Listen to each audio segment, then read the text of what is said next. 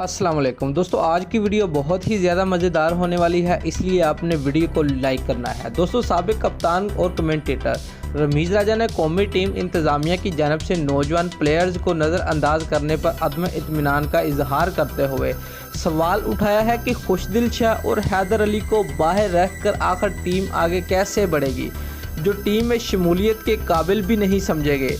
दोस्तों, उन्होंने टीम इंतज़ामिया के तर्ज अमल को मायूस कुन करार देते हुए कहा कि सीरीज़ ख्वाह कितनी भी अहमियत की हामिल क्यों ना हो, लेकिन नौजवान सलाहियत पर इन्हिसार नहीं किया जाता तो इसका मतलब यही है कि मुस्तकबिल की जानब नहीं देखा जा रहा।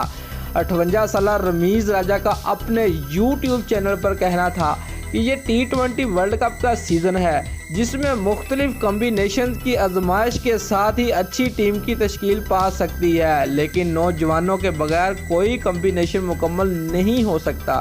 और दिलचस्प बात यह है कि बॉलिंग में तजर्बात जारी हैं, लेकिन बैटिंग की जानब तवज्जो ही नहीं दी जा रही, जहां किसी खौफ के बगैर आज़ादी के साथ खेलने की इजाज़त देकर बैट्समैनों को बेहतरीन कारकर्दगी पर उकसाया जा सकता है।